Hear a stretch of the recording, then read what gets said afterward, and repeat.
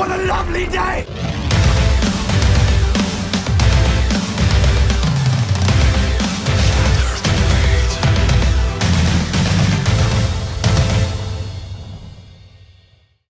Let's try that again.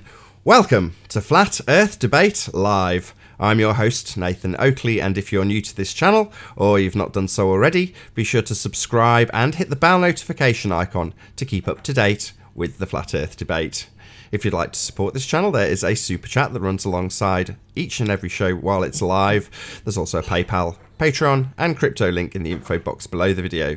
If you'd like to join the community debate, then go to nathanoakley.com and join the Flat Earth Debate Forum. Most importantly, if you would like to join the discussion right now, then click the link in the info box below this video. Just be sure to mute the page you are currently watching before you do so. If you do join, please don't swear. If you do, you'll be ejected, and if you are, please don't try to rejoin the stream using sock accounts. You'll be warmly welcomed back on the next stream. Please also share the show. Sharing the show obviously increases the live audience, but this in turn increases the chances of a more diverse panel. So please share the show on Facebook and Twitter. And one last time, if you're new to the channel or you've not done so already, be sure to subscribe and hit the bell notification icon to keep up to date with the Flat Earth Debate. Now we are joined by The Plain Truth, Sleeping Warrior and Paul. Sketchy start, but good to have you all. Hello, hello, hello, what up? Nathan. I'm not gonna. I'm sorry, go ahead. Nathan, we might have to change your introductory paragraph. Why? It's I think it might be a little bit out of date now, a little bit out of fashion. Fashion? Just read the bit where you say, you know about if do not swear. What's the sentence after do not swear? I don't know. I don't have a script. I make it up every time. Yes, it's pretty consistent. When I was watching back the old shows from about a year ago, I pretty much say exactly the same thing, but I've never written it down or scripted it or anything of the nature of that nature. I just make it up each time. It's slightly different each time. Well, all right. So what you say words to the effect of something like, if you do swear, you will be ejected. And if you are rejected, do not come back on stock accounts. You will be warmly welcomed back on the next show. Correct. What you need to say is, if you are a baller and have some evidence whatsoever for your religious dogma, please do come onto the show, because there are none left because we've killed them all. Something like that. I see. Yeah, I suppose so. Yeah, that is kind of funny. That is funny. I mean, the impression I'm trying to give across is that the warmly welcome back bit is the bit I want to get across. Yeah. In contrast to other shows that claim to have an open debate, open for a reasonable discussion, and then when you go in there, there's absolutely no reasonable discussion whatsoever. Mind you, I suppose it's similar like this, because there's although there's some element of debate here, it's very one-sided, because you get people that come in and claim silly things like gravity, gravimeters prove gravity, because we can measure it to 6 decimal places. Shout out to Walter Bislin, who thinks that technology is science.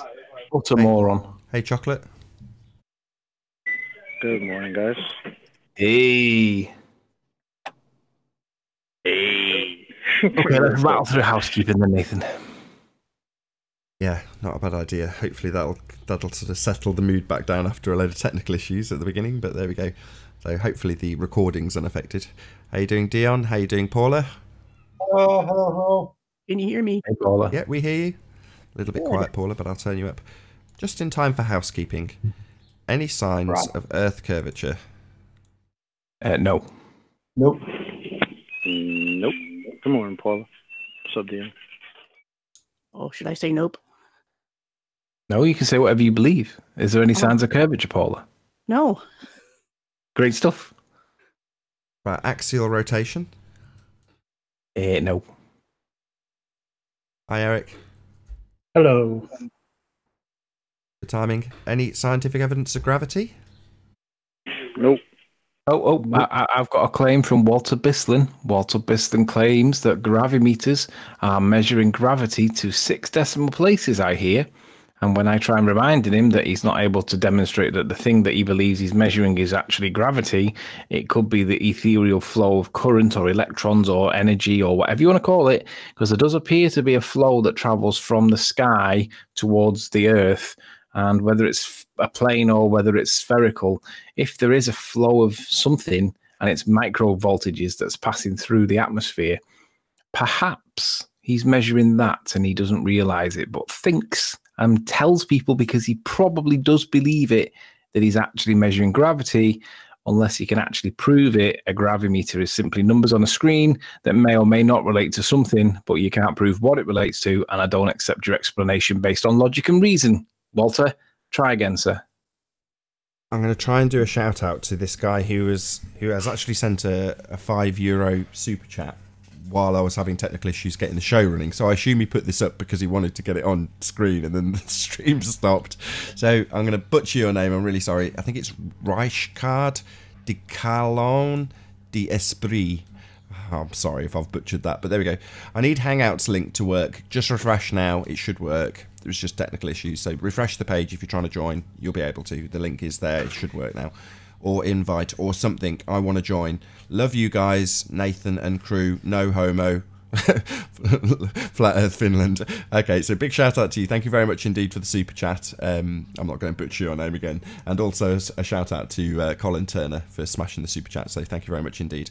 Any evidence of the distance to the sun? No. No. Where's Arwin? Arwin's not here. What's going He's on? probably still doing his Aaron, show. go on. He's live. Yeah, exactly. He's still live. He won't be long. No evidence of the distance to the sun. Should we move on? No.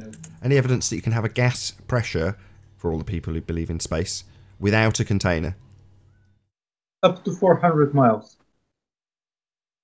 I didn't hear that. Do you want to repeat that? Up to 400 miles. Apparently, now.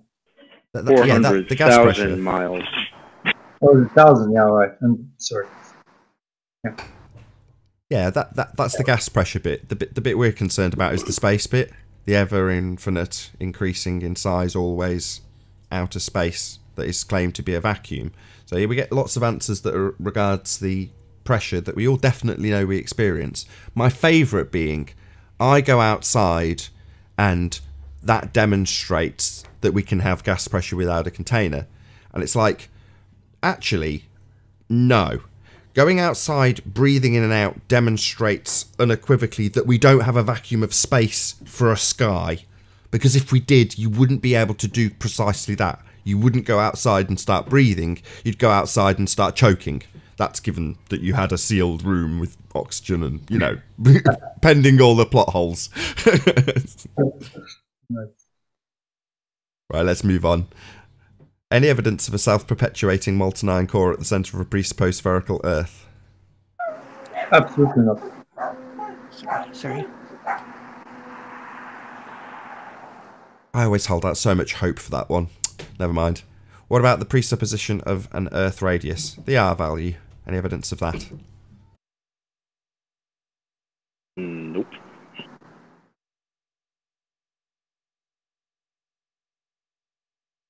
No? I think we might need to find a curvature in, a ball first before we can get its radius.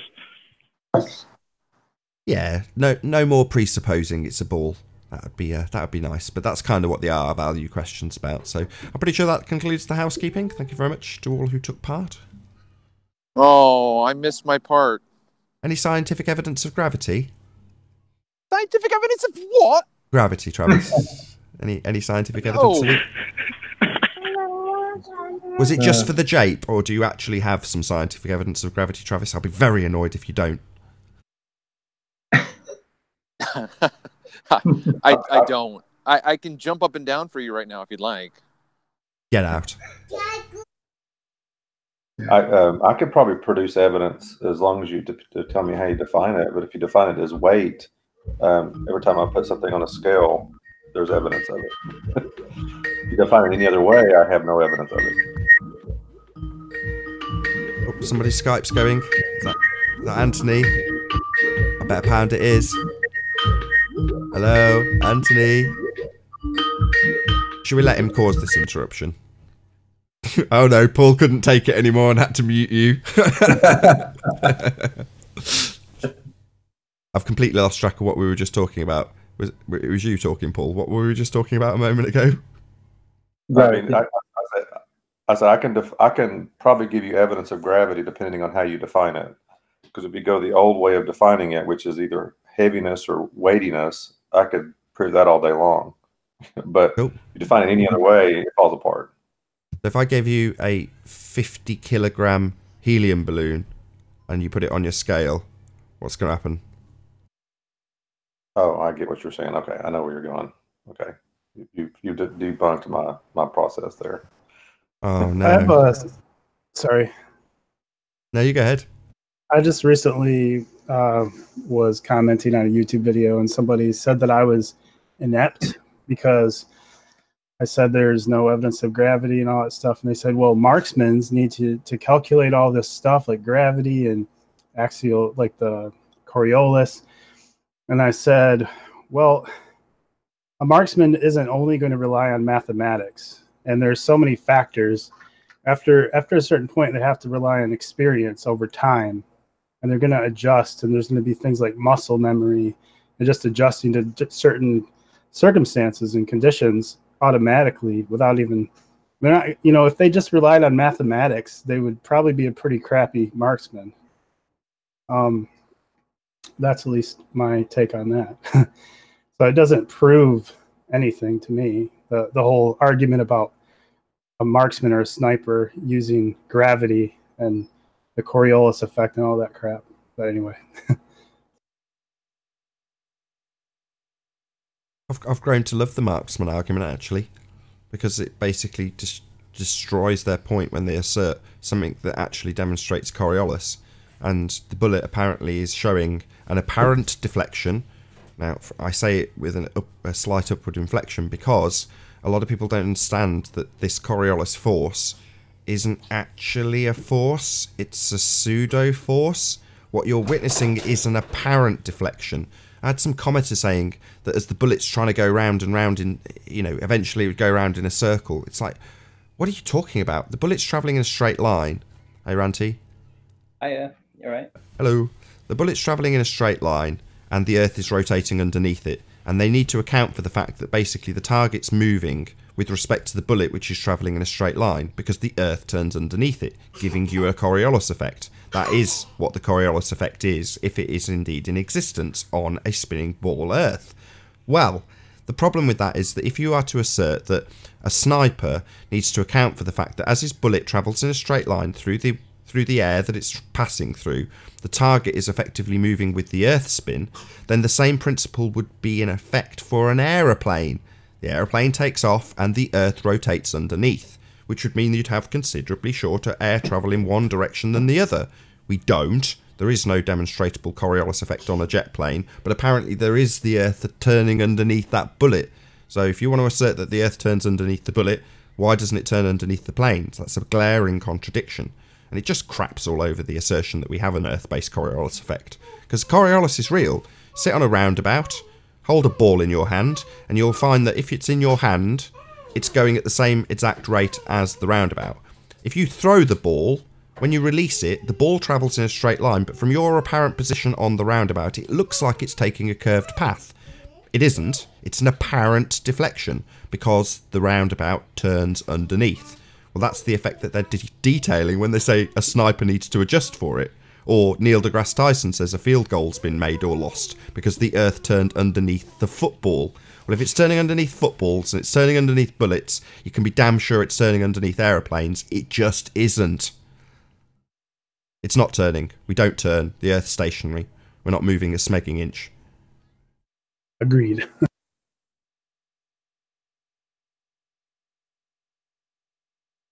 So I'm going to name and shame Ranty, as he's here. I didn't expect you to be here today, Ranty. Hey, Flat on Earth. Hi. Good to have you. No, I'm skiving today. Skiving off. So Yeah. Ranty called me yesterday, and we ended up in not a full-blown row, but very heated discussion. Because Ranty, I'm going to shame you about this, Ranty, I'm sorry, I've got to do it, wants to latch onto this straw man about the atmosphere extending out to the moon. My issue being that the battle in this regard is long won. Everybody's been massacred. They're all lying dead. A few of them have been captured. And when they twitch, Ranty wants to go and give them a good kick. And it's, A, not necessary. And in order to do it, you've got to actually go into their begging the question fallacy model to describe how their version of a sphere-shaped Earth with a moon in an orbital path around said sphere-shaped Earth, and both in an orbital path around the sun, have an atmosphere in an open state, i.e. you can leave it. You can still have Voyager going out into the cosmos, right? You can still have people going to Mars in that bullshit world, has an atmosphere that now extends much further. And in reality, it doesn't change the argument, which is still devastating. Even if they extend it out a bazillion miles, it's still an open system that they can leave, and the gas would fill the space.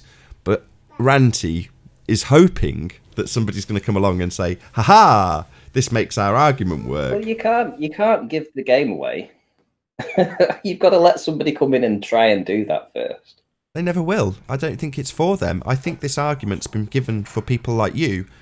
And I'll say that based on the 24 or more people who have contacted me about this and are looking for an angle.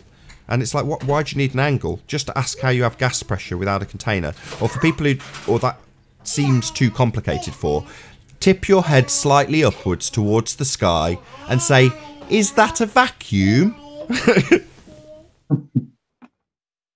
Well, I think there are some interesting implications from this discovery, this recent discovery, apparently, that the atmosphere extends past the moon. Apparently, it's 20-year-old data. My question is, what have they been studying on the ISS and these satellites that go past the moon? But then, like, I would say, like, it's like, did they just assume that there's no atmosphere, so they didn't even think to study it? So, I mean, that's just one way of looking at it, but it's just their lapse of, it's either way you put it, it's like it kind of points to the fact that there's not space at all. They're not up there, because they would have discovered that long ago. They wouldn't have relied on 20-year-old data. They would be studying, they're just studying silkworms and saying things like nominal, not, that's like all I hear, and it's just seems like theatrics. I don't think it's a coincidence at all that while the very model was being discussed, that all of a sudden they're changing an aspect of it. I don't think that's a coincidence. Yeah, I agree. Try to fix it. It doesn't matter. Like, you guys, this is insane. Like, all of a sudden, with the people are discussing the shape of the Earth, and now you want to change the whole model. Come on, guys. And then you're going to put that based off 20-year data. So what have you been doing for the 20 years? What happened? Yeah. Why is it not? Why has this not been discussed? Why is it all of a sudden? It gives evidence that they aren't in space at all, and that there possibly is no space. Hey, Jose. Well, it creates more issues for the. Hey, good morning. It also creates more issues for the ISS. That means there's more atmosphere up there that the ISS is traveling through, which would create more drag, which would create other issues along the way. So they just create more issues for themselves. Yeah, wouldn't it create more issues for everything up there now? ISS, all the satellites, like everything. The moon itself, the moon landings. I mean, obviously, I'm sure they're going to try to say, "Oh, it's only molecules here and there." But come on, guys. If that's the point, why would you change it in the first place? If it's so negligible, because somebody's going to see that, right? Anyway, I'm done. Oh, their only way to stay on top of it is they will just produce stuff so they can be seen as the smarter people. So, because they'll never get into the argument of flat Earth, so they need new information just to refresh their religion. I think some of the people that fill off that bridge. Hey, could I share a screen on just an idea I have real quick? Pushkin, go ahead. I have it. I have it sharing, but I don't have it presented. But I like to try to do practical things on Earth shape, and what I have on the image is that you see those three different shapes. The first one on the left is a square Pac-Man type map. The second one is the disc, and the third one is the ball. And I put a shaded area. If you were able, this is basically one time zone, 15 degrees of sun movement. We know it's 15 degrees because we can do sundials and watch the shadow move, and it's very consistent. So if you were to measure the distance between points at the corners and on either side in the middle, you could find out which shape it is, because if it's in this square map, then you've got an oblong box. You know, it's very straight sides. But if it's the disc, then you have like a wedge shape. And if it's a ball, you have this bowed out, you know, middle where it's widest in the middle. I would think, you know, I tried to pick a spot that would match up with land masses so people could actually measure those places. Even though that would still be a major effort to measure, I think it would at least be a strong indicator of shape, because, you know, even if you can't trust Google Maps, you can go to those places, have people say, okay, if I go for one time zone distance from point A to point B and verify that distance, it should match up with the one on the top if it's the left or right image. And it should be very different if it's the disc shape. I don't know. I was just kind of thinking of this the other day. What do you guys think? I don't think we can trust what the sun is. Well, I mean, as far as it moves 15 degrees per hour. That's all we know, is the shadow on the ground moves 15 degrees per hour. But yeah, if given that, you always have to start with some kind of assuming such and such, then this should be true. So if we all use the same for each of those Nathan doesn't shapes, agree with that. No, Nathan doesn't agree with that. Yes, I understand. But the thing is that if they all use the same assumptions, then you should get different shapes, is what I'm saying. I understand what you're saying. Yeah, it was just a thought. And I thought, you know, it might be a practical way if we can, you know, if that's true, that the sun actually moves 15 degrees per hour. Now, I have a sun video where I say it's got to be lensed. You know, it's daily movement on any point on Earth is physically impossible. You know, because of it's got four motions, and they're not going the right ways according to standard model. But if we just go with that, we can compare shapes with it. You know what I'm saying? If we use the same assumptions for each one, if we were to do this measurement, we should get three different shapes of, you know, the one of those three shapes. I wish you were around 3 years ago when we did sun tracking, because this would have been a far better methodology for tracking the sun. Keep it within a very focused area, keep it in with one time zone, and then, like you say, you can extract out based on the position when it leaves, when it arrives, what precisely is that shape in that shaded area that you've got. Right. Again, with the assumptions of the sun being a physical thing travelling across us at a given height, etc., etc., etc.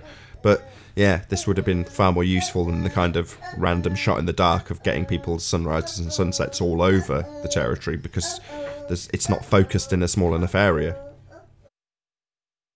After this exercise, sorry to interrupt Paula and Nathan, we can do the exercise of looking at Polaris and then the Sigma Octantis in the northern and southern hemisphere, and we can, if the Earth is a globe, we can presuppose and do all this good stuff that Paula is proposing. Thank you. The problem is, Jose, that with your example, you've already decided it is a sphere. No, we can compare shapes. Oh, really? So, sorry, flat. Jose, yeah. So, do you want to just explain again how we're going to check in the northern and southern hemisphere whether or not it's a sphere? Because I absolutely guarantee you are begging the question with that statement. And I still don't think we can look at the sky to solve the problem. I mean, if we're looking at Earth shape, why are we looking at the sky? With saying hemisphere and northern and southern hemisphere, everybody understands, and it's not necessarily presupposing, because people still call it planet. We know whatever. It's not trying to presuppose. It's a word that people understand. When we say planet, we talk about Earth. And when we say northern or southern hemisphere, we say above the equator or southern of the equator. There's no physical line. We're not going to find an equator, just in case. Sorry, Jose, what you have just said in no way changes the fact that the word hemisphere, regardless of whether or not people understand it, understand means that you implicitly realise it as truth, correct? Well, the word hemisphere predetermines that you are going to travel antipode to yourself when making the comparison between the stars. So you're automatically assuming that when you look at Polaris and then move south, you are moving antipode on a ball when you use the word hemisphere. It is an affirming the consequent, and it is begging the question when you use that word, regardless of whether or not people understand it. Yeah, people understand incorrectly that they're on a ball. That's why they say the word hemisphere when they affirm the consequent and beg the question. Okay, so we can say when we're looking at a Sigma Octantis rotation pole in the sky, in the south, in the Chile or South Africa, etc., then we can say that, and we can think if it's a rectangular looping shape model, flat Earth, we can see this and we can imagine this. And then if it's a azimuthal equidistant type of disk projection, we can see this and we can compare models. Thank you. Yeah, we can, but based on what you've said now, you would never, ever, ever come to the conclusion that you're on a sphere, Jose. So yes, we start and look at the stars. Where are the stars when you're in the north, Jose, precisely? Just give me a rough... They're up, are they? They're above you. All right, and where are the stars when you go to the south? Are they still up? Yeah, everything is relative, yeah. So unless we use the word hemisphere, no conclusion based on what you have just said will ever, ever yield a spherical result. Or to put it another way, Jose, in order for this to come out as a sphere, you must presuppose that you're on a sphere. Now that's unfortunate, but that's just religious faith for you. That's just religious zealotry for you. That's what being a fundy is. Just deciding that what you say is true and asserting it always as true. You just got to put yourself in the third person view and see Earth and the stars as one system and see how they move, how they work. So the only shape it can work is a spherical it's a spherical, just the model that we have been presented since we were early. Yeah. If you present a flatter model with the stars working, the rotation pole in the southern, in the south and all that good stuff, then, it's something there, but I haven't seen zero. I have seen zero. None. Yeah, spoken like a true fundy. So you've just said the same thing again, which is to say that the only model it will work on is a sphere. In other words, what you're now demanding is that we must beg the question as you do. Well, no, Jose. We're not going to accept that the only pseudoscience model your observation works on is when you beg the question and assume you're travelling antipode to yourself. That's what fundies do. And the other example you gave, where we don't presuppose we're on a sphere, we don't assume we have a radius value, doesn't lead you to the conclusion that you're on a sphere regardless of what you do, because the stars are always above you. They're never under your own arse, Jose. But you can presuppose they're under your arse if you want to, as a fundy zealot. Globehead, I won't be, regardless of how you assert it or tell me it must be so. It's not. Yeah, thank you, sir. You win the word battle, you win the semantics and the explanation battle, but people understand what I mean in the chat, people watching, I know it's 50-50, and the ballers, they know what I mean, that you cannot model the stars, you cannot see, you cannot imagine the star rotation points north and south in a flatter model, in zero flatter model whatsoever. Thank you. You're just circle jerking. She's saying the same thing again. So what he's saying is consensus says it's okay to presuppose a ball. And I'm saying, I don't care what the consensus in chat thinks. I couldn't give a crap if every last one of them tells me till they're blue in the face that it's a ball and it's the only model that it works on. It doesn't matter. Models are pseudoscience, Jose. We don't live on a model. And presupposing that those stars that are definitely always above me are actually under my own arse isn't going to fly. Telling me I must presuppose that doesn't work for me, I'm afraid, Jose. Yeah, if I'm going to buy a house, I got to be presented with an image. I can take a crayon drawing so I can see the house that I'm going to live in. So if I don't see even a crayon drawing of a flat earth, I mean, what do you get? Nothing. Jose, just tell them what it is. You got an app that tells you the sun is underneath your feet. I'm talking about the rotation poles of the stars. You're good with that. Yeah, but you have an app that tells you the sun's underneath your feet, so you're good with that, right? I just look at the stars, and I see one rotation point, and I don't see the other one. When people is have you ever seen the stars under your feet, though? No, right? Have you seen the dirt under your house, or when you're standing on the living room? That's dirt. That's not stars. Well, so you're asking a very dumb question. Just going to interrupt a second. Sorry, Jose. Right. So what you're giving us now, Jose, is a false equivalency. I'm asking dumb questions. That's cute. It's a false equivalency. That's all you're doing. Another straw man. Another logical Jose, fallacy. I have a similar question to the one that I posed to you before. How many variables have you eliminated to get down to the only variable you'll accept in terms of how the stars operate in our world? What are you talking about, Travis? I'm a YouTuber. I take videos and I upload them. That's it. All I got is a P900 and a cell phone, bro. Jose, you said the only explanation is ... There is no way it can work on a flat Earth. Okay, so how many options on a flat Earth did you go through and eliminate? And how did you eliminate those variables? Thank you. I tell you. Shout out to Awaken Truth. Awaken Narrative for the super chat. Flat Earth, truth wins. Thank you very much indeed. Really appreciate it. Sorry to interrupt you, Jose. Good.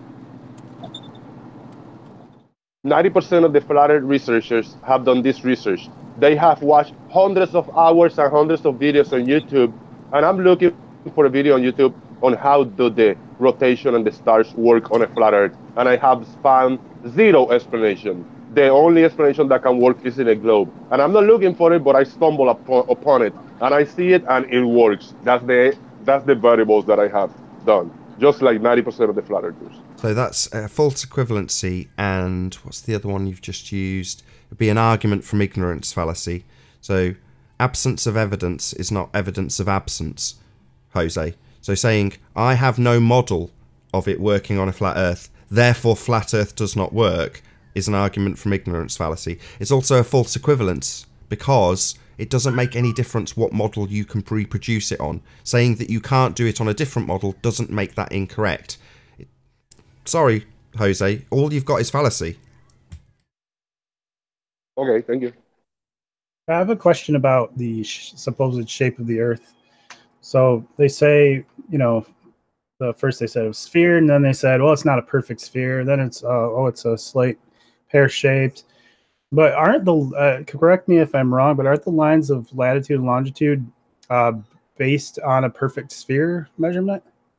Yep, they are. Yeah, so that doesn't add up. Yeah, that's all. That's my question. These are, again, concepts that work within the confines of models. So there is no longitude lines. There is no equator. You know, these things are derived from things that we observe in the sky and presuppositions about what shape the Earth is to begin with. And therefore, you extract out the lines on the map. Well, doesn't mean that they're real. These are concepts. People use concepts all the time to reify their model into existence. It's just tedious. Show me the equator. Show me that line that you've measured. There isn't one. I would say that as far as like the tropics go, it's the northern and southern limit to how far you can be where the sun can at some time in the year go directly overhead. So that's why the tropics are the tropics. It's a Greek word that means to turn around and go back. So it's a varying limits between where you can be where the sun can possibly ever go directly overhead. And so that what they do with the equator is just take the midpoint of that. That's all those lines are. But the rest of the lines, you know, it's just a matter of how many degrees off. But again, if you're talking degrees, you're presuming a shape. Right.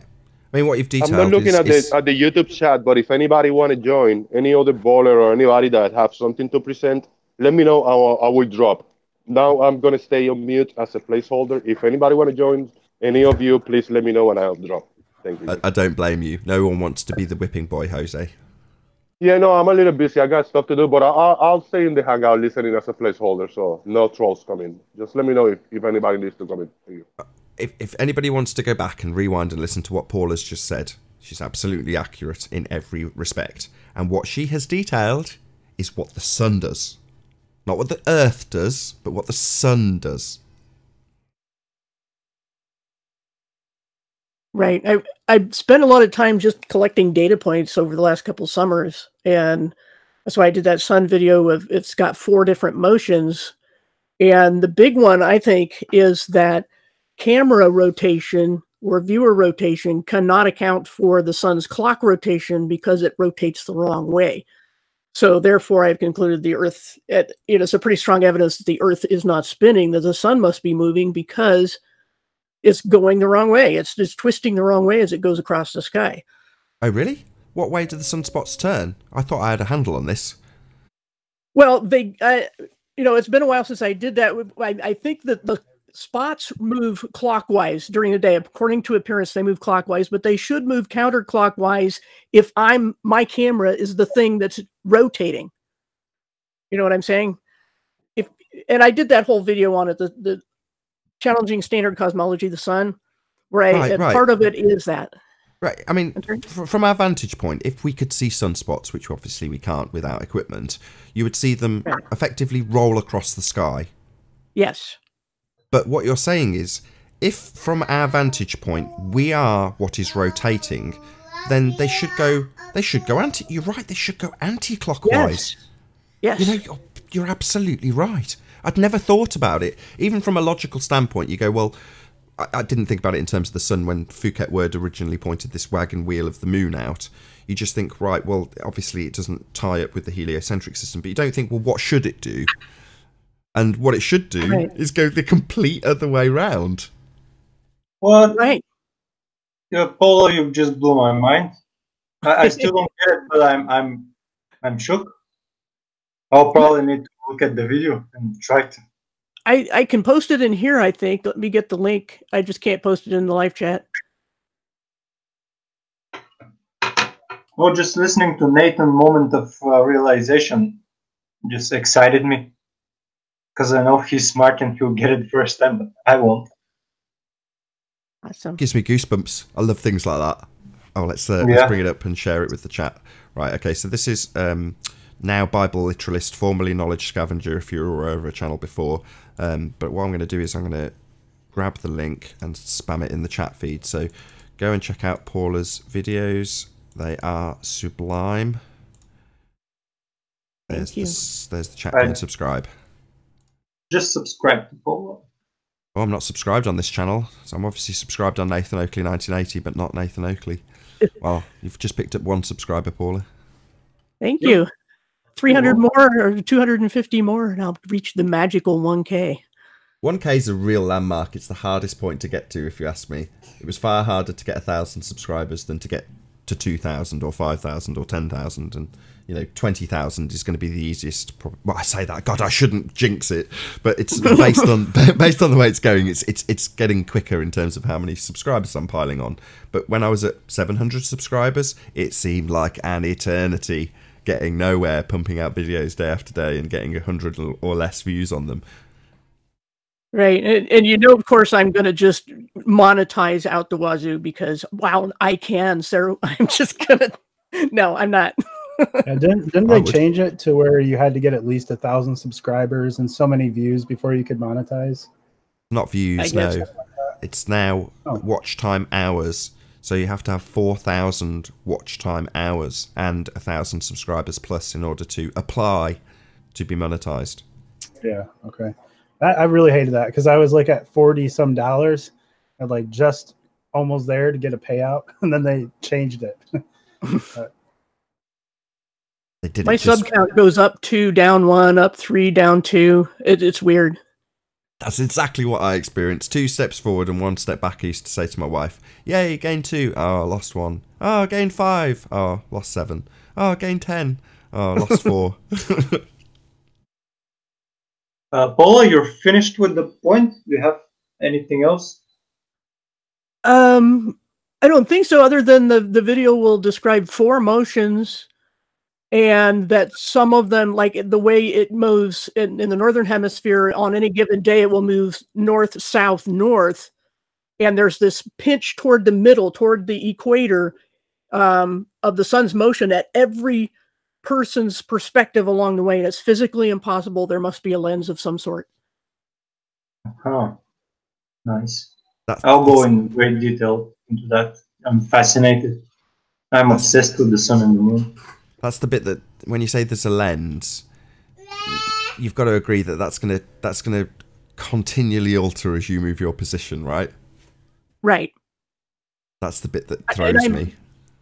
And I'm proposing a double concave because it's a diverging lens, and it could, if I could do the experiment, at least there's an experiment that could be done to prove or disprove the concept. I've never had the equipment to do that, but if you had a long double concave lens and rolled a ball across the top and had a camera underneath where our perspective would be, and then one also watching it roll along the top, you could prove or disprove that it causes a north-south-north motion as it goes across. But that's in the video, so.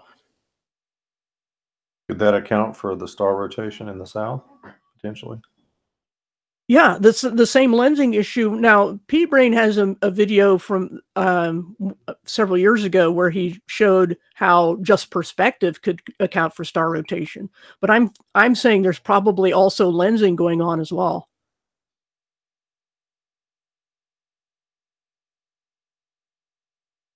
This stuff excites me, but at the same time, it's so far above my pay grade that I think, am I ever going to achieve anything in this area? All I do is observe and try to propose ideas and just leave it there. You know, I don't put, hitch anything to it so that if it doesn't work out, I'm not terribly devastated, and it doesn't trigger people. If you just say, here's what I observe, it makes me question, what do you think? That's all I do in my cosmology stuff. I think it will take group effort to reach a conclusion. Right.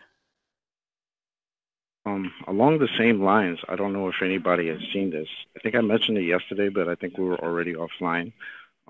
Rich, Mr. Thrive and Survive, did an observation maybe last week or something, a few days ago, and he actually caught the face of the moon rotating about counterclockwise about 20 degrees in about a second. It was a little crazy. I don't know what the thing is behind that, but he caught it literally moving 20 degrees in a second, or maybe 2. So it was a little crazy. I don't know if any of you guys heard that. It's a new one on me. I'm just going to do a quick shout out to Reinhardt again. So Reinhardt de Colon d'Esprit says, love the show, amazing crew, greetings from Flat, Finland. It's the second time that person super chatted and it's been off screen. The first time it was when we had technical issues and it's happened again. What had your video up? Really sorry, my friend, but you've got a shout out nonetheless. Shout out Reinhardt. Is that how you say it, Reinhardt? Am I saying that correctly? I have no idea. I'm going Me off neither. what you said. Shout out all the same. Thank you very much for the super chat. Sorry to interrupt you two. Hey, Paula, it seems like you have Arwin blocked. Is there a particular reason, or can you undo that? Yeah, there's a lot of reasons, and he blocked me on his channel, but I'm pretty much done. I can just drop out if you want. He just wanted to come in. I don't care either way. I just thought I'd mention it. Yeah, I can drop out, no problem. Oh, don't. Oh, that's a shame. What's going on? Okay, well. Arwin's trying to join. I can get him in on Skype. I'll drop for a baller. If Arwin is a baller, I can let him in. If not, I'll stay. That's okay. I can get Arwin in. If he's done with the show, I can bring him in on Skype. That's not an issue. Wow, I'll drop for a baller. Trade, yeah. Straight up trade. Trade one baller for another baller? Yep. So, Chocolate, have you seen this? Have you seen the opposite way, the debunking videos of those moon observations of Mr. Thrive and Survive? Because it's good to see both faces, and then you can discern which one is right or wrong. If you don't know how it works, and the first explanation you hear is from a flat earther, you're doing the wrong research, because you have to cross-reference with the official narrative also, if you know what I mean. Arwin, answer your Skype. Nice.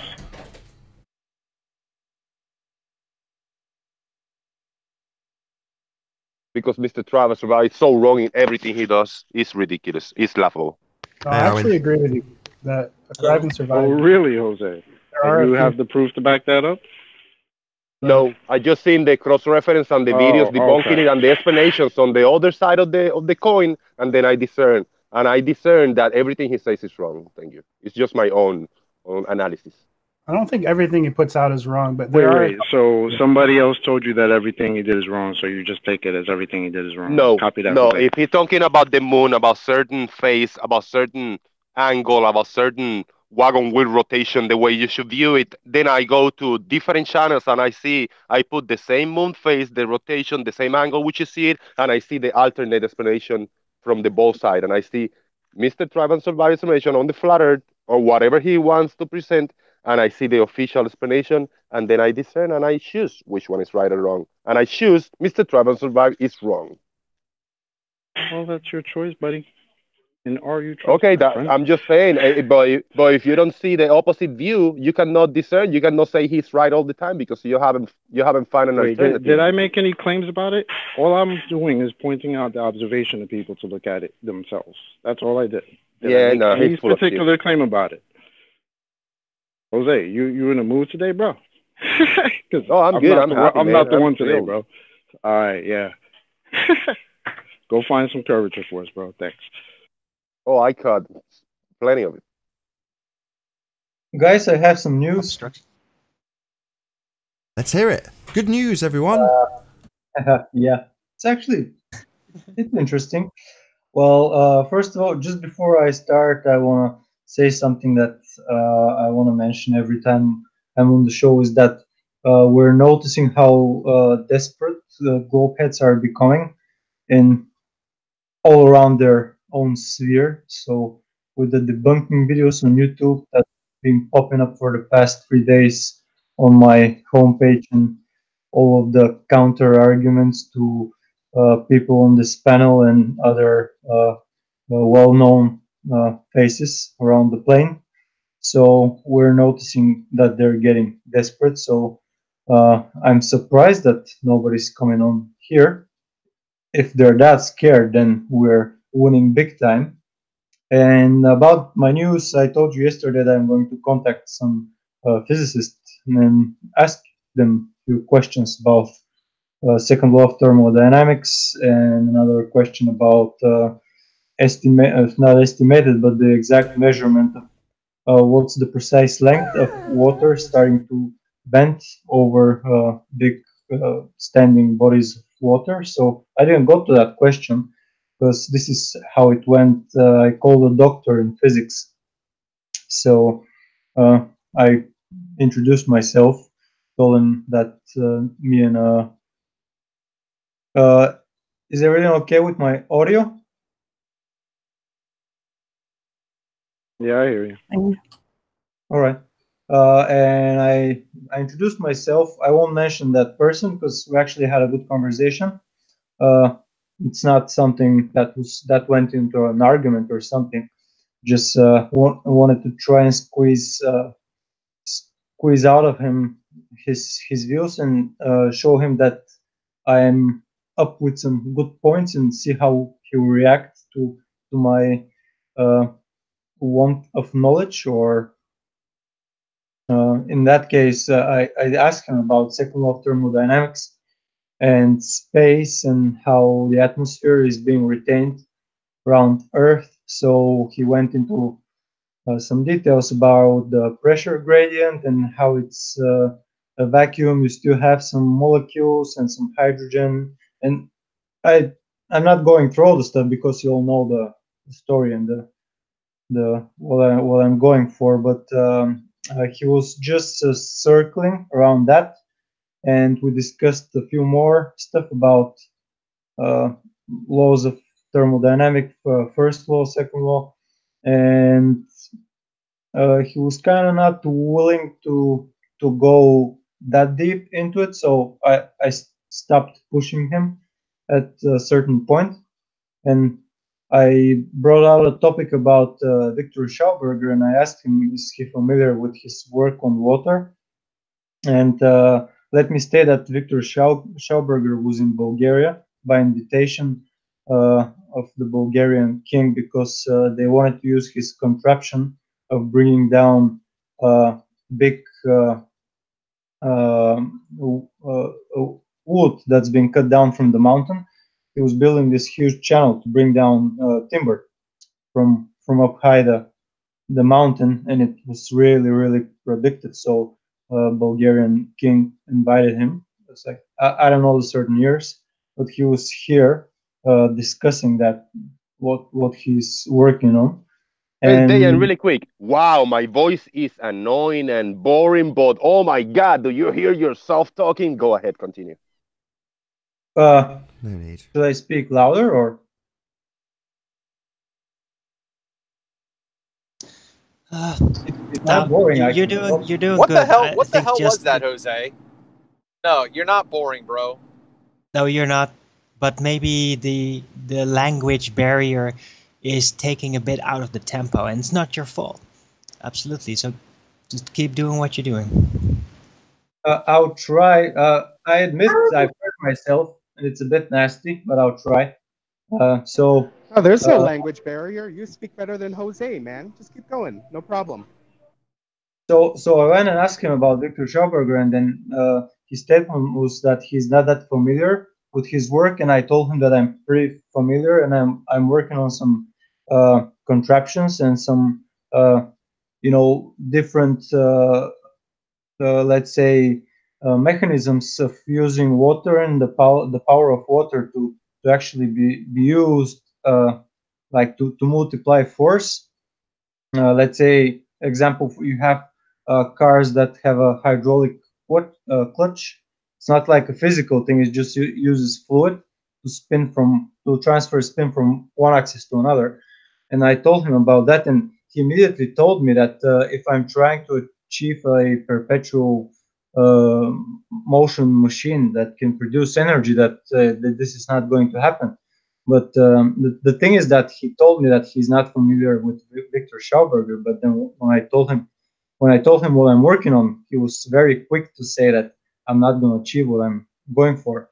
And that was interesting. And we agreed that we'll stay in touch. I'll email him some of my researches and some of my engineering plans about that thing, and we'll see what he'll come up with.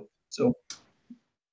Cool. And I introduced him that now atmosphere is around the moon, and he didn't actually know that. I'm done.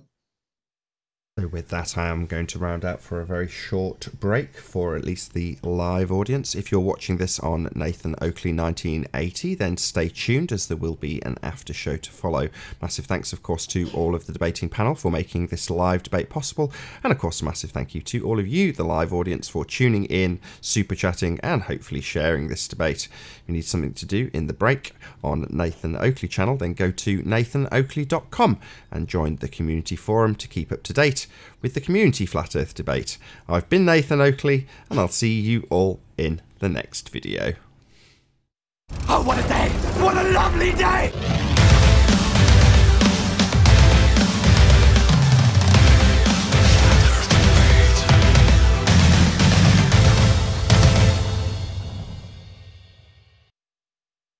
Nice, yeah. I was taking a nap, sorry. Jose, so Jose, stop acting like a Richard, man. It doesn't suit you, okay? I don't know what that means. English is not my first language, you know it. Dijo que no seas tan culero, burro.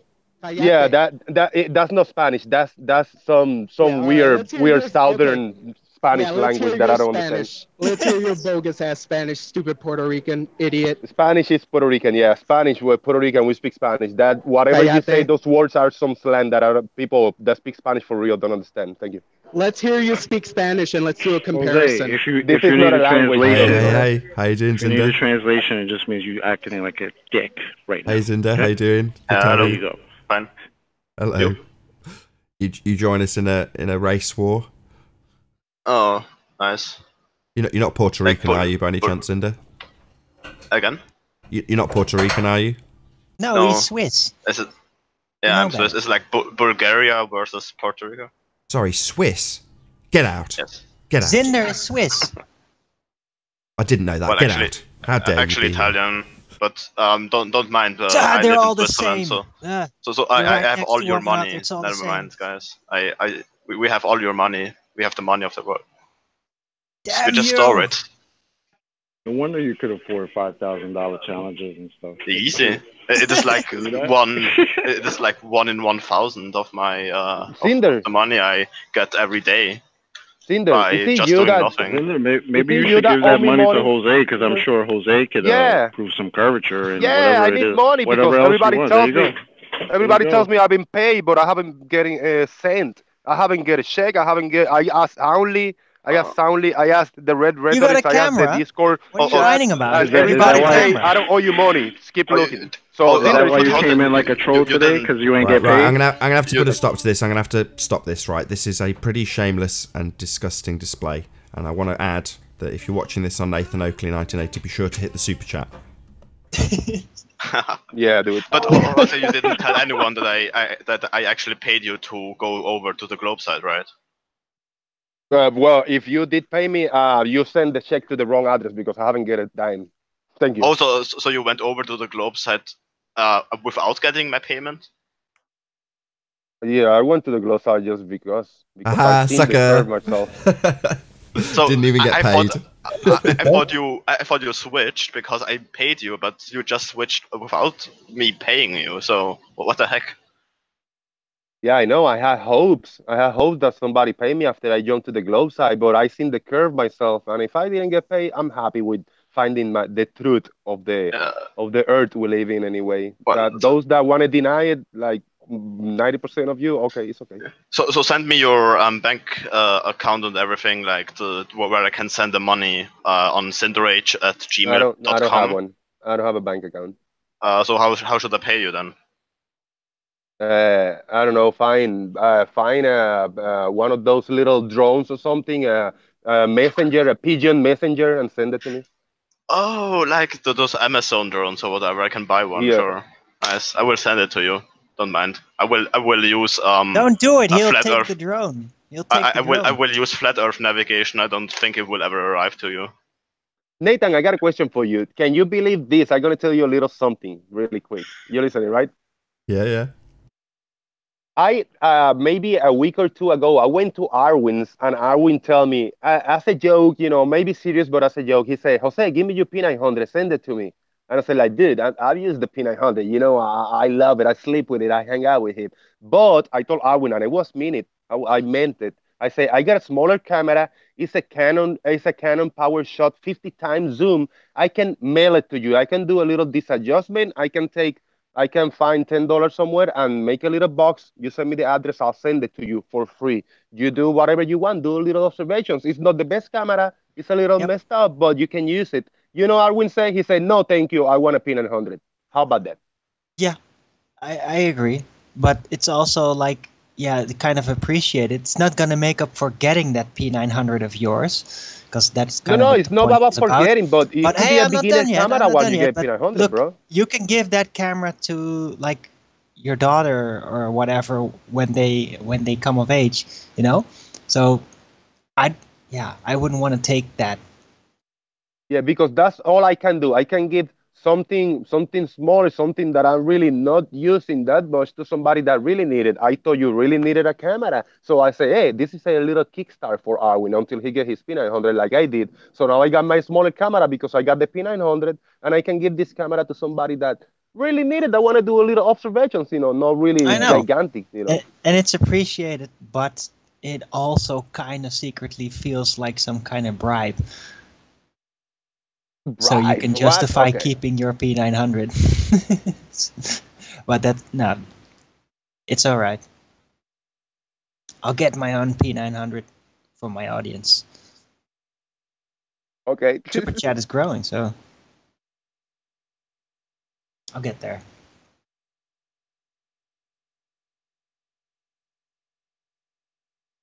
Let me turn the camera on. You guys see, this is a nice little crib I'm living in right now. Let me flip the camera over. My little by the crib way, right Nathan, here. I got plants. I got all kinds of colors. Look at these. Yeah, it's like a little heaven. Beautiful. Yeah, this is a big house, and then the owner of that big house, he got a small house over there, and this small house over here. So this is me right now. I got a little spot over here to take the dogs, for just lead the dogs out for a little bit. I hang out in my little Porsche, and he got a little center. We were watching movies there yesterday. Little projector. That's the neighbor. So it's really cool. And there's a little like pond or something over here, but it's locked because he found a big ass alligator in here one time. So he decided to just seal it. It's a little pier, but there's all kinds of venom snakes and alligators and raccoons and shit back here. But it's really cool. I like it a lot, man. Really do. Looks nice. I like your It's really flat nice. water. Yeah, thank you. Have you guys ever measured the horizon in terms of if it is really at eye level or if it is dropping below eye level? Depends on the weather. Oh, isn't there a consistency with if on a clear day, like I don't know, when you look at the horizon? No, not remotely. No, if you watch the footage that I put up from Ventura County on the Channel Islands, the horizon is apparent on clear days, on windy days, on cloudy days. It's all the same. It doesn't have the same amount of distortion, but you can tell that the horizon moves and shifts and changes. It doesn't matter. It doesn't matter. Even yesterday, I was on Chesapeake Bay shooting across at the same 7-mile distance, and it was like 40 degrees. But the house that I normally shoot, you could barely see it because there was just so much humidity or moisture in the air, and it looked like it was a hot summer's day, and it was 40 degrees out. Absolutely crazy. So on a clear day, when you actually can see the horizon quite clearly, is it at eye level? Is it below eye level? Oh, okay. Well, yeah. I mean, I could go back and look at the footage that I've shot. I haven't paid attention to where the horizon is. I've just been. Okay. But, no, I meant if someone actually took a device, you know, with water and everything to make sure it is level, and then look at the horizon and see if it is above or below, right? Gotcha. As a general rule, yes, it's at high level, Zinda. So if you want an example of that, you can check out yesterday's stream. It's 2 before this one. Give me a second. I'll look up the actual number so it's at least dedicated to air. Just give me 30 seconds. But basically, Mark came and showed drone footage next to a lighthouse. And yeah, the horizon absolutely rises to eye level. If you get down to the nitty gritty of it at the end of a P900 or a P1000, yeah, depending on how far you can see, depends on how high it will rise, because the higher, the further. That's what you're essentially talking about. We're talking about very minor differences. Yeah. What it definitely doesn't do is fall away. So it's 713 uncut and after show, and in that Mark Doxey presents his footage with the lighthouse. I think it's right at the end of that show. All right, I look into it because I've seen several videos and several people who did different tests, and some of them showed that the horizon drops below eye level the higher you go. Some of them showed that it doesn't. So I guess I would have to test for myself. But well, yeah, you could potentially get the horizon to drop if you can't see as far. So you could rise up, and if you can't see quite as far, you're going to have a lower horizon. That was the observation I was going to make, because I think if the moisture in the air obscures the distance where you can't see as far, then it probably would look like it was going to be dropping a little bit, or dropping some if you can't see that far. So on a really clear day, and when you test it several times, you should, when you see the horizon quite clearly, do you expect to see different results in terms of the degrees that it drops below eye level, or at the rate that it stays at eye level, or do you expect the same result when it's really, really a clear day and the horizon is clearly visible? And I'd have to do it. Yeah. Have you ever been in a plane? Have you ever taken a plane? Yes. Yes. You saw the horizon from wherever you were on the plane, right? Well, I didn't have a measuring device that could determine where actually horizontal eye level is. You know, like Yeah, but you did see the horizon at eye level, right? I mean, you did see it. I don't know. You did. It's not like it dropped away and you just couldn't see any horizon at all. Well, let me try and rephrase it for Zinder for you, Chocolate. So, the horizon was outside the window when you were on the ground, right? Was the horizon also outside the window when you were in the air, or did it drop below the window? Yes, it was pretty much a little bit like in the middle of the window or a little bit below the window. I don't know. So yes, it was visible when I looked through the window. So as you raised in altitude, you could still see the horizon. Yes. So you could get down to the minutiae of what it's doing, but ultimately it rose with you, correct? It was out the window when you started. It appeared to rise with me. Right. But, the videos I've seen showed that the horizon dropped a little bit on when they went in the airplane, like when they filmed it through the cockpit of the pilot, right? Sure. I don't know what was it, like 3 to 5 degrees or whatever. It isn't much. It isn't visible by naked eye, right? Sure. This is why you need a measuring device. That's just maybe. But what I'm saying is, yes, you can get down to the minutiae of a couple of degrees, and depending on the weather conditions, will pull the horizon down. However, the horizon was with you on the ground, it was with you on the air, it rose with you. Yeah. Well, that's what I expect to see on I'm gonna post a few pictures that I took on the last flight that I took a few weeks ago. I'll post it in that back chat just to show you. I'm going to measure it next time I'm on the mountains when I'm like at 4,000 meters height. Let's see if the weather is clear enough to make certain observations. And I don't. Just to preface, I don't have any measurements or anything. This is just me taking pictures from the plane at the horizon. So, I'm sharing one of my photos I took when my last trip to Montana, and we were level flight. I mean, of course, I don't have a measurement at all to show if it's actual level, but you can actually see the wing is kind of pointing towards the horizon with the sunset. It looks like it's eye level when I was looking out the window. Yeah. Well, it is hard to detect, right, if it is at a high level or not, because. Well, the question though you're bringing up is if you can see it at 6 feet off the ground, if it's dropping away at 6 feet off the ground, I mean, planes travel at 35,000 feet, then there should be, you should start noticing a substantial drop, correct? Is that kind of what you're implying? Probably you should see a little drop, like. Well, quite a lot. Sorry to cut you off, Cinder. Just check it out on Google Earth because they represent it as a ball. So if you go into Google Earth and raise up to cruising altitude, have a look what Google Earth represents. That'll give you an idea of how much curve you should see that you don't. Yeah. Like, wait, I have to look where I can apply the altitude to how high I'm actually zooming out from the Earth. I mean, there's a bar with like 20 kilometers, but it is like I don't think it shows the altitude. It shows how far away the length is of something. Yeah, chocolate, that's in the middle. Just looking at the pictures. I noticed Anthony's sending you some pictures, Paul. Any chance you can pop those up? Yeah, hang on a second. I'll see what I can do. Hang on. Bear with me. Thank you very much.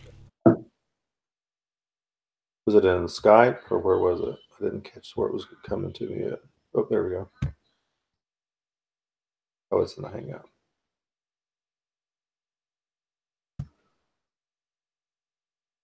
Can you see it? Or did I stop sharing? You stopped sharing. I've still got you presented. It's just your icon at the moment. So I don't know if somebody can present what I put in. I put it in the back chat. A few pictures from different altitudes. Unfortunately, Arwin is on Skype, so it won't be Arwin that's doing it. Damn it, Arwin. There we go. We've got your photos now, Paul. That's brilliant. Just flip your way through them. That'd be brilliant. Did you post 3 photos, Chocolate? I think 4. Oh, 4. All right. Yeah. Yeah, the horizon. Every time I looked out the window, there was the horizon. It's right there. And the first one was the highest altitude. I think it was about 36,000 feet. And then the other ones were as I was coming down. Let me show you these photos real quick, and then I have to go. So just you're on, Zinder. I've got you up. Yes. So you can see the photos, right? Yeah. And by the way, no more Windows activation. I think you made fun of it when I made the Angular challenge. You were on a virtual machine though, were you not? Now, right now, I'm not. No. I wasn't either when I showed the Angular Attack challenge. I think the gag was with all that Nazi gold, you'd think he could register as Windows or something along that lines. I had to activate it because I actually forgot it when I bought it, and I never really like my brain just didn't see the activate Windows thing anymore. And then I searched the key, and then I applied it to the machine. Now it's gone. It's activated. There's a gap on the panel now. I don't know if you want to join on the Hangout, Arwin. If you're happy where you are, I'm happy with you on Skype. Is Paula still in? Because Paula's still in, yeah. Yeah, then it's not gonna happen because she got me blocked. Oh, okay. So Zinder, where's your stance on the Horizon Rising? I think at a certain height it drops. According to some videos I've seen, I can't get the clear conclusion towards it. But if the horizon drops at like 4 degrees, the higher you go, like at airplane height, I think, and the weather is really clear, I think that is a bit evidence for a globe Earth. But if it isn't, if it is because of the weather conditions, I can't tell. So yeah, that's I know I've asked this before, but I mean, maybe I'm wrong, but doesn't it make sense if the horizon were to drop, let's say like a couple of degrees, like if you're looking at it from 35,000 feet, obviously you're not at ground level. So wouldn't it make sense that the horizon might drop like a degree or two or something like that, like very, very slightly, just because you're higher up? I don't know. Because that doesn't convince me that I'm gonna ball, because the horizon should drop away dramatically and with curvature, and that never happens. Why do you think it should drop away dramatically? Because we live on a ball, according to you guys. In a smaller scale, maybe. Yeah. In a smaller scale, it should drop dramatically, but the scale that the Earth, we are told it is 25,000 miles circumference, it should not. It should be barely visible, the drop. But the problem is you convinced that you see curvature at 17 miles and 120,000 feet. I have seen no curvature. Yeah. Wait a minute, though. Anyway, have a nice day, guys. Gotta go. No, Zinder, don't go. Don't go. See you, Zinder. Okay, really quick, what do you want to say? Real quick, I just sent this picture to Arwin on Skype. If somebody can pop it on screen. What? I send it to Arwin on Skype, a picture that I want Zinder to comment on. Okay. Oh. Very quick. Ooh. Like 2-3 minutes can stay, but I really gotta catch it. Well, if you can just watch this, just so I just went to the effort of digging it out. I'm sorry if you don't get the other example being presented to you while we're here. I'm sure someone will hopefully go through the back chat and dig out those examples. But in the meantime, this is what was presented yesterday by Mark Doxey. So, playing. Hopefully in a few moments, when it finally gets around to it, he'll actually show the drone footage. So yeah, it's of this lighthouse, but he basically takes off and lowers the elevation with the drone. I just don't want it to. I don't want to skip past it. Come on. Oh, Nathan, by the way, I'm presenting that picture now on Skype. I don't know if you can share that with the rest, but here we go. Can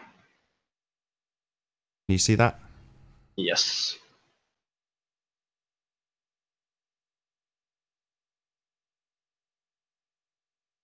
That's a nice picture. So he's going up, and you can see in reference to the lighthouse on the left, it's obviously going past each of the stripes as he rises up. Yeah.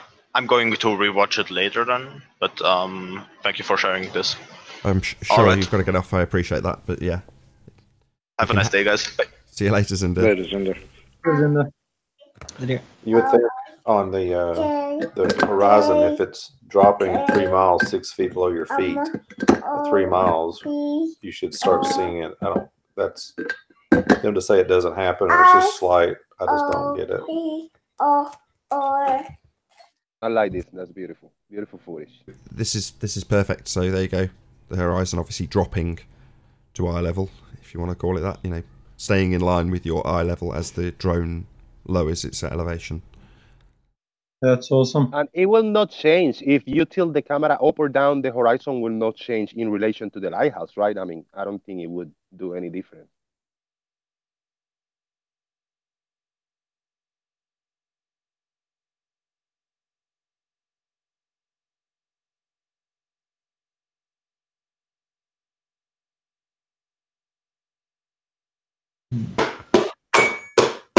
Oh, yourself on mute, Paul. Smack it. There we go. That's Bam Bam. I deserve that. That was my head. She was banging up in my head. I deserve it. Sorry. She does it all the time. Every time I try to talk, she does something. Now she's talking. And Nathan, did you saw the picture that I sent to Aaron? Unfortunately not. It's going to be I don't think I can share either. Owen, if you can bring up the picture, I can bring it up for the audience, but just not for the hangout.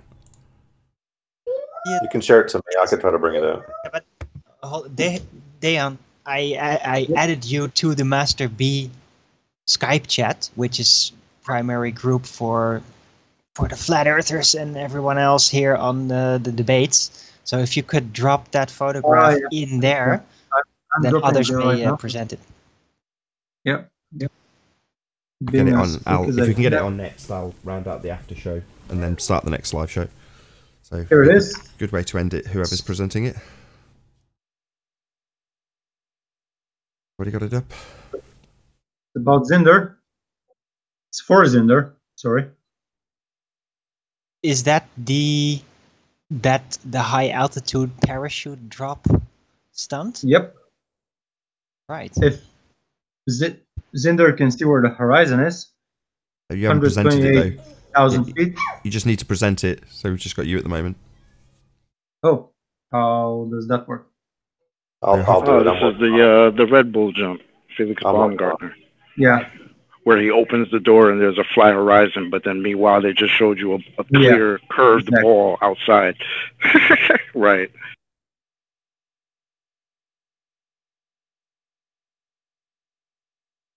Yeah, that if Zender thinks that going high will make the horizon drop 128K, something that's level, the pod is level to the surface of the ground.